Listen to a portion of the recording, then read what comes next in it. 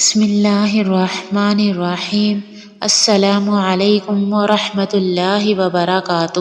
حضرت جابر بن عبداللہ رضی اللہ تعالیٰ عنہ کہتے ہیں کہ رسول اللہ صلی اللہ علیہ وسلم نے مجھ سے فرمایا، کیا تم نے شادی کر لی؟ میں نے کہا ہاں۔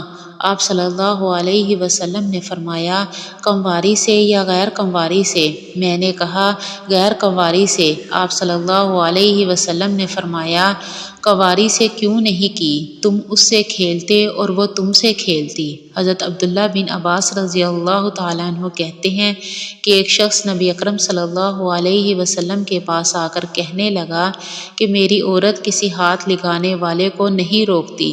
آپ صلی اللہ علیہ وسلم نے فرمایا، اسے اپنے سے جدا کر دو۔ اس شخص نے کہا، مجھے ڈر ہے میرا دل اس میں لگا رہے گا۔ آپ صلی اللہ علیہ وسلم نے فرمایا، تو تم اس سے فائدہ اٹھاؤ۔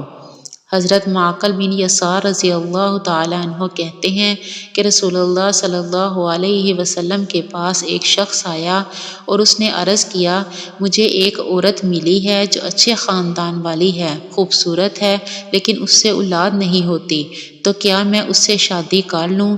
آپ صلی اللہ علیہ وسلم نے فرمایا، نہیں۔